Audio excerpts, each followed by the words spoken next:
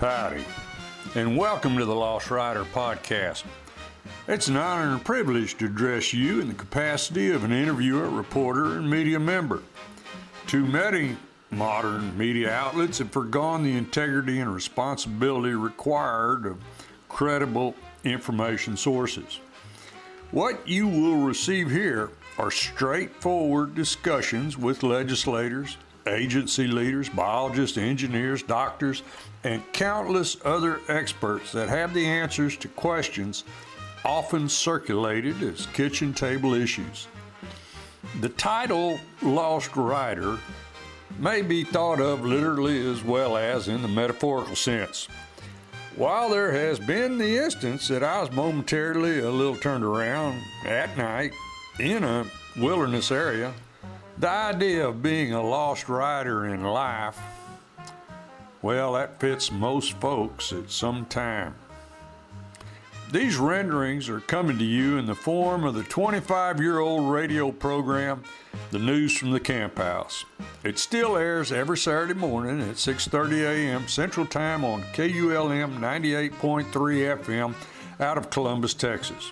The original intent was to relate outdoor topics to the general public. Immediately, it was found that all issues are relatable to the outdoors and that people are people. They all play a role and they all have a vested interest. It's this program's desire to answer common questions about how the world works, how it will operate in the future, and what's the holdup? So please listen, enjoy, and never hesitate to contact us with more questions and feedback. Good morning and welcome to this weekend's edition of News from the Camp House, listening post of the Texas Sportsman Association. This is Herman Brune. This weekend's edition is also brought to us by Shaw's Bend Social Club, country club for folks who don't have a country club. All right, tell you what, we've got a special guest with us today. He is with the Texas Brigades. We've talked about Texas Brigades on here before. Now he's your new president, right? Yes, sir. All right. In January. All right, this is Cole Payne. He is the new president of the Texas Brigades. Those are the summer youth camps that are all about conservation, and they're academic as well as doing stuff. They go out and the kids have a good time, but they're not just jumping on trampolines. They're out there learning about conservation. All right, Cole, I can sit here and talk about it. I need you to talk about it. First off, I know a little bit about how you got to this position, but explain it to my listeners how you started out in the brigades and got to where you're at now. Yeah, absolutely. And thanks for having me today. I was very fortunate when I was 15 years old in 2010 to go to the North Texas Buckskin Brigade as a cadet. And that's our youth that we target as a program. And so I went and participated in the program that year, earned my way back as what we call an assistant leader the next year, got a college scholarship, and then just fell in love with the program from there. I ended up working for Texas Brigades for 4 summers all through college, working in there as their logistics and coordination specialist, helping run the behind the scenes of camp, and got to meet a lot of really good, influential people in this wildlife world that helped me a lot. I was in the graduate program of brigades called WILD, which stands for Wildlife Intensive Leadership Development, and got to chase things all over the state while I was at Texas A&M and go speak to state legislators about water rights and go study desert bighorn sheep and alpine. And it just opened so many doors for me that when I graduated from A&M, I became a volunteer with the program. I've been a volunteer for years, and then joined the board of directors about 2 years ago. And served as the program committee chair. And then in December, at our board meeting, was elected president of the board of directors. So I took over in January, and I'll be in that position for 2 years, and we'll see what we can make happen. All right. What is your degree? So I got a degree from A&M in wildlife and fisheries sciences. I was going to be a game warden until Dr. Jim Cathy told me that I'd have to work every weekend during hunting season. And so I audibled after that. I left A&M and went to Texas Tech and got a law degree with an emphasis in water law. And so now I'm a practicing attorney in San Antonio, representing landowners, mostly doing renewable energy lease negotiations for landowners, as well as conservation easements, oil and gas leases, all of those type things. Still being able to represent the same landowners that I was working with when I was a wildlife major at A&M. So full circle moment there for sure. All right. Okay. The brigades. All right. And which camp did you start at? I first went to the North Texas Buckskin Brigade back when it was at the Stasny's Cook Ranch in Albany. Okay. And then I went to Bass Brigade after that. I've now been to all of them except our Coastal Brigade, which Derek York, the head of the Hunt Fish Podcast Summit, helped start. But I've now been to 33, 34 camps and try to go to at least one every year. All right. What do you hope? You just said that see what you can gain, see what you can build over here. What's your plans? Well, we've had a lot of really good people in place for a long time. We're now in our 33rd year of existence. Brigades was started in 1993 by Dale Rollins. And when you have someone like Dale Rollins start the program and all of the people that have followed him in leadership roles, from Helen Holdsworth to Natalie Wolf, now we have Allie Biedenharn Alcorn as our executive director. All of the people that have come before me on the board of directors really set us up in a good position. But right now we've got a lot of moving parts. We've got a growing organization where we have added new camps. We just started a North Dakota Waterfowl Brigade last year, expanding out of the state. So that's a big piece. As well as right now, there's a lot of moving pieces for summer camps in Texas, both on the legal side of things, as well as just trying to get kids in the outdoors. You would think that kids being outdoors chasing animals would be an easy thing to market and raise money for, but it is tough sometimes. And so we're working around the clock to promote our program, bring kids in, grow the program, raise money.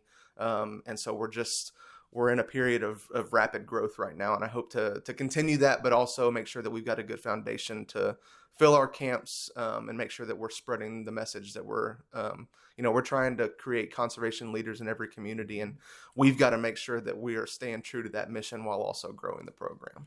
All right. In growing the program, you're looking for more venues. Or you're just trying to, well, like you said, you're trying to make sure you fill the camps you have, but then you're looking for more venues and ultimately incorporate and get more kids involved? Yeah, so we're very fortunate right now. We have 9 summer camps in Texas. Each of our camps are focused on a different wildlife species. We've got 2 on quail, 2 on deer, inland fisheries, coastal fisheries, 2 on ranch management, and 1 on waterfowl. And we're very fortunate to have great partners being our ranches that we host these facilities on. One of them being the Pintail Hunting Club, where we're at right now, where we host our waterfowl brigade.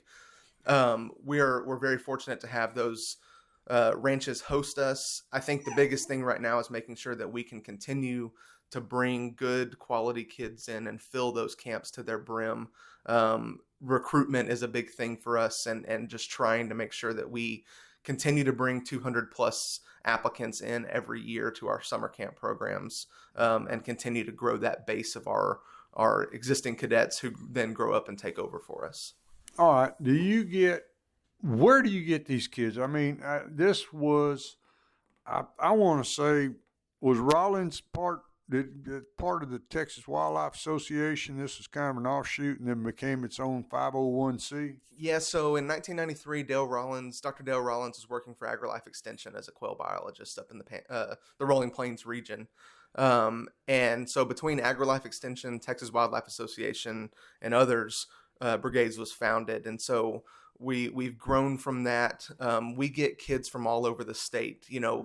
Primarily when you think of agricultural or wildlife-minded kids, you're thinking rural Texas, but those kids come from every walk of life these days, whether it be inner city Houston, Dallas, Fort Worth, or your small towns. For a long time, a lot of our recruitment efforts, we had a lot of kids come out of places like Washington County, and we still do because that's where all of our volunteers were. We had a lot, Dr. Bill Eichenhorst helped us out there, and so many people just helped us grow. And as we continue to expand and, we can take 200, 250 kids every year, we're looking for them in every crack and crevice in Texas. And they don't have to be from agricultural backgrounds. They might not go into the wildlife field. They may become an attorney. My sister, who grew up in the program, is now a doctor of audiology.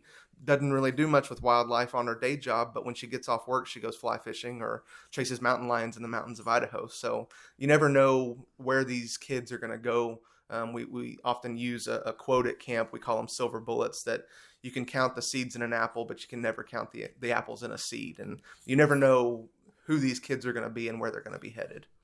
Right. Okay. Yes. I have had the pleasure of being at both the waterfowl camp and the coastal camp, and getting to interact with these young folks. And it's a hoot. It's amazing. I have always been just gratified that it's so much fun. A bunch of bright-eyed, smart kids, and it's like you said, from every walk of society. And had a young man one time and said he wanted to study waterfowl and he wanted to make a career out of it. And we asked him where he was going to college, and he said Alpine. And we had to get him to connect the dots. How do you study waterfowl in Alpine? And he sat right there and did it. I wished I could remember how he did it, but he sat right there and did it, young man in high school. So, yes, it's an outstanding program. Okay, do you have any idea of expanding venues? As far as venues go, when I went in 2010 to my very first Texas Brigades camp, we only had 4 camps as an organization. It was the 2 Bobwhite camps. Maybe we had 5, the 2 Buckskin camps, and we had Bass Brigade. And since 2010, we've grown so much. We've added Waterfowl Brigade. We've added 2 Ranch Brigades. We've added Coastal Brigade. This past year, 2025, we started the North Dakota Waterfowl Brigade to expand up that flyway and link the northern part of the United States to where we're at in Texas. And so right now our focus has been starting that North Dakota camp as a new venue, getting people up there, while also building that foundation here in Texas. And right now I don't know that we've got hard plans on starting any new camps, but never say never. We don't know what the future will bring, but the big focus is making sure that the ones that are in place are full, and that we can just keep the ball rolling. All right. Okay. All right. I tell you what, let's take a break. Let's thank our sponsors that get us on here every Saturday. We'll be right back. Thank goodness for all the great sponsors we have here at News from the Camp House. H-E-B Food Stores. That's Stephen Tice at H-E-B. He helps me. He helps the community. He's a great man. I'm so thankful H-E-B loosened him up, lets him go around and sponsor a few things. H-E-B's got all your food needs. It's the greatest food store we got here in Columbus. Thank goodness for H-E-B. First State Bank. You go over to the First State Bank, they'll take care of all your loans, all your deposits, your savings, anything you need. Bunch of great hometown people over there. You got Celia Tobias, John Pollock. Everybody over there is looking out for you. Miss Barbara Barta. It's a great bunch of folks at the First State Bank is also sponsoring News from the Camp House. First State Bank takes care of all my business. Baumgart Agency, Susan Baumgart at the Baumgart Agencies, her and Germania. She told me to plug Germania. Germania is an insurance that she likes everybody to know about. The Baumgart Agencies. Miss Susan and I are classmates, been classmates. She got me out of high school, sat right beside her, put us in alphabetical order where I could copy. And Susan Baumgart over at the Baumgart Agency, taking care of all your insurance needs. Lyco Realty, one of the original sponsors of News from the Camp House. Lyco Realty, the oldest real estate company in the county, and for the last 3 years voted the favorite realtor in the county. Lyco Realty, that's Miss Kimberly Johnson, that's Crockett's granddaughter. More kinfolks and classmates and great people from Colorado County. People from Colorado County helping people from Colorado County. That's great. Oh, thank goodness for all these wonderful people come to me want to be sponsors for News from the Camp House. Good morning and welcome to the second half of this week's News from the Camp House. We're here this morning with Mr. Cole Payne. He is the new president of the Texas Brigades. Now, y'all have If you listen to the first half, you realize this is a youth camp. It's for high school kids. It's a academic camp. It's conservation camp. They learn all stuff about wildlife conservation. And it's not just wildlife. It's rangelands and as well as ranch management and that type of thing as well. So it's really good. It's all aspects. Coastal, Bobwhites, it's all aspects. Bass, whitetail, a little bit of everything. All right. Now, Cole, all right, I'm also the chairman of the Texas Outdoor Writers Association. And you familiar with our little game that we do with brigades? Yeah, absolutely. One of the big things that we do at camp is that we require our high school students, our cadets, to write thank you notes and thank you letters to all of our sponsors or those that have helped them individually get to camp through tuition assistance or whatever it may be. And I know that through Texas Outdoor Writers, we submit our best of the best thank you letters from every camp to a competition of sorts, and those are then judged and graded and awards given out. But it's a fantastic program that we're writing our thank you notes already, and to challenge those kids to write even better, because now they're going to be judged against their peers. We've seen a lot of growth in the quality of our thank you notes ever since Texas Outdoor Writers came on and started this with us. Well, that's nice to say. And what we do is you got 9 camps. They send about generally 2 of the thank you letters.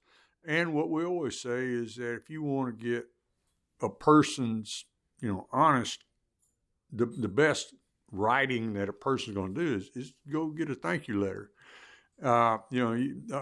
So often that in the youth competition, writing competitions, they, ask for some type of an essay. And we looked at this and went, there's nothing more personal and more heartfelt than a thank you letter. And so that we're going to see the best writing in a thank you letter. So that's what we did. And then we invite the young people that we play 3 places, first, second, and third. And we pay them $1,000, $750, and $500. And help these kids. We just give them money and try to help them out a little bit. And then we invite them to our annual conference in May. And so, now what we're about to do is open it up with photography, so that if these kids want to, we'll give them a way to enter our photography contests. And right now, we've been getting most of those submissions from 4-H, but we want to be able to offer it and make the brigades also aware that this is sitting there for them too. Yeah, absolutely. That's fantastic. One of the things that is harder but also easier in today's society is photography, because even when I was growing up, I like to think of myself as an avid photographer. Point and shoot photography was what I grew up doing, whether it be in the outdoors or with my family. And, in today's society, kids don't know how to use a camera. They use their phone or they use an iPad. And we use iPads at camp for photos with the kids. We've also got photographers around with real point and shoot cameras, but to be able to bring that back and to teach how photography can be such a powerful tool to tell a story or convey a message, and teach those young growing adults how to use a camera properly, whether it be the rule of thirds or whatever we're trying to teach them, to adequately convey what they're seeing in real life. It's an important tool, and to then be able to take that and enter a contest and be paid for it is even better. One of the things that we do as a camp is encourage our kids to go out into their communities and spread the word for us, advertise, recruit. And if they do a good enough job, we invite them back and give them scholarship monies. And then you tack on awards that they can get for writing thank you letters. You tack on photography awards.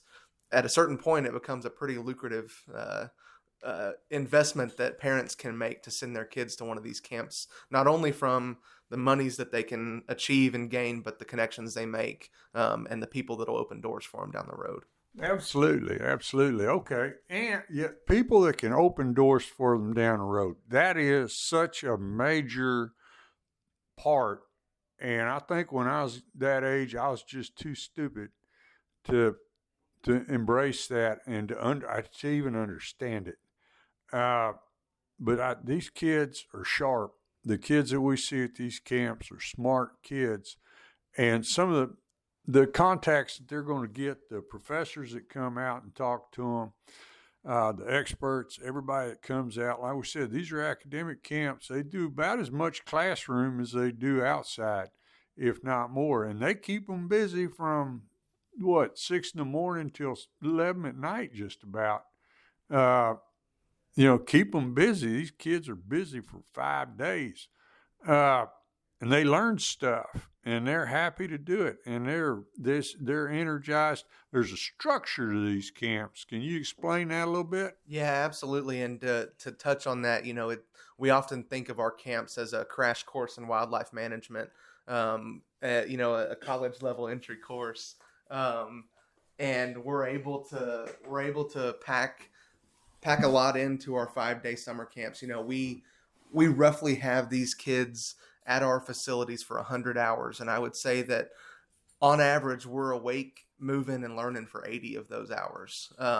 There's not a whole lot of sleep that happens at these camps, and it's highly intensive. But each camp, what is taught is so broad. I mean, I'm a active volunteer with the Rolling Plains Bobwhite Brigade, where we focus on quail management and habitat management for quail, and the things that we're able to teach in those 5 days, it's phenomenal. The very first thing that most camps do as soon as the parents drop their kids off, when the parents leave, we do a necropsy, and we split a bird open and teach them everything from beak to the end of how a seed passes through and what their internal anatomy looks like. And we're doing things with quail. We're learning about invertebrates and insects. We're learning about habitat management, prescribed fire.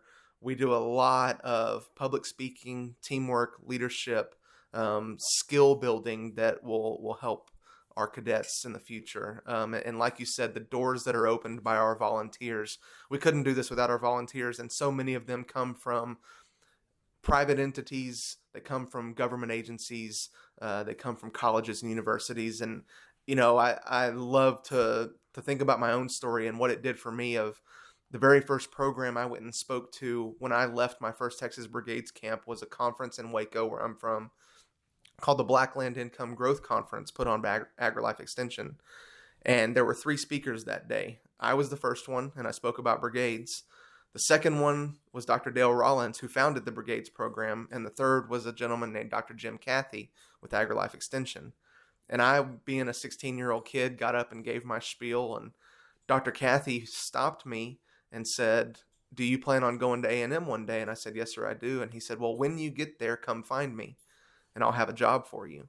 And so for 4 years while I was at A&M, I worked for AgriLife Extension as a student worker because of a conference I spoke at, because of brigades. And, every door that I've ever tried to open since then has in some way been influenced by brigades and the people that I met. And it's just such a phenomenal program. I can't recommend it enough. Okay. No, that's great. That's great. All right. Now, you said something earlier when we first started about water being a water attorney. All right, you want to explain that a little bit?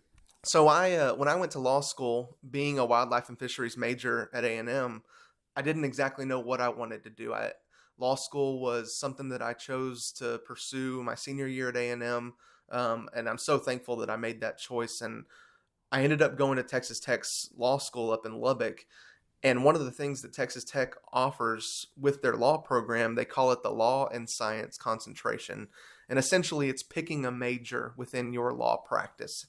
And the Law and Science Concentration, you can choose from oil and gas law, water law, biosecurity, all of the different realms of the legal profession that tie into science. And so I pursued a water law emphasis, which means that I took all of my normal classes, criminal, constitutional law, all of those sorts of things. But then my electives were tailored towards a water law programs. So I took a lot of Texas mineral titles classes, renewable energy, water law, environmental law, those sorts of coursework classes. And then I pursued a career in that field. And water law is a very niche sector of the legal profession. Where I actually landed, I'm with a firm out of San Antonio called Wool Fitzsimmons, and we're a landowner-only firm, which I love. We're representing the landowners across the state of Texas in all of the matters that they may have. Mm-hmm. Primarily, we're an oil and gas firm.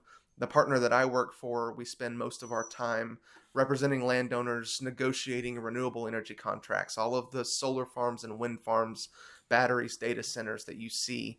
We represent the landowners and make sure the landowners are taken care of. And what I love is that I get to make sure that the land is being taken care of. Whether these projects get built or not, if they do get built, eventually those foundations are going to have to be removed and the land's going to go back to the landowner. And it's my job and our job as the attorneys to make sure that the document that gets signed ensures that the land is being taken care of, whether now or in the future. And while I don't get to do water law specifically, there are a lot of water law-esque concepts that I've learned. We work on a few water projects, but primarily we're doing renewable leases. We also get to do conservation easements, which are fantastic, and I love doing those, where we are taking a piece of beautiful ranch land, working lands in Texas. We are putting an easement that extends for the rest of time, saying this can no longer be developed for commercial uses. It will be a working landscape, a wildlife intensive landscape for the rest of time, and preserve those areas. So it's a fantastic practice where I get to represent the people that I've known since I got started with brigades, and just continue that legacy forward. All right. Cole, we thank you for being with us this morning. We're out of time right now, but we're going to have to do this again. Absolutely. This was fantastic. Thank you for having me, and look forward to talking to you soon. All right, folks. I hope you got something out of that this morning. Hope you learned something. Hope you enjoyed it. So now, this weekend's edition, and that was Cole Payne. He's the new president of the Texas Brigades. So hope everybody enjoyed it. Now, go out, have fun, be safe, have a good time. Y'all just remember, pretty much any day is sure a good day to be out in the woods.